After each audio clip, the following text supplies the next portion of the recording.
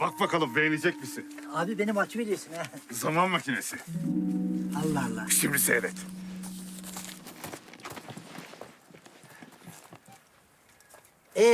Bekle.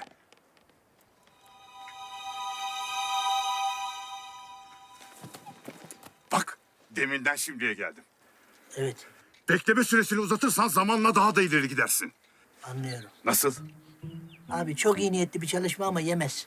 Yapma ya. Ya Peki dolap olmaz mı? Eşya dolabı falan? o olur. Yaşa.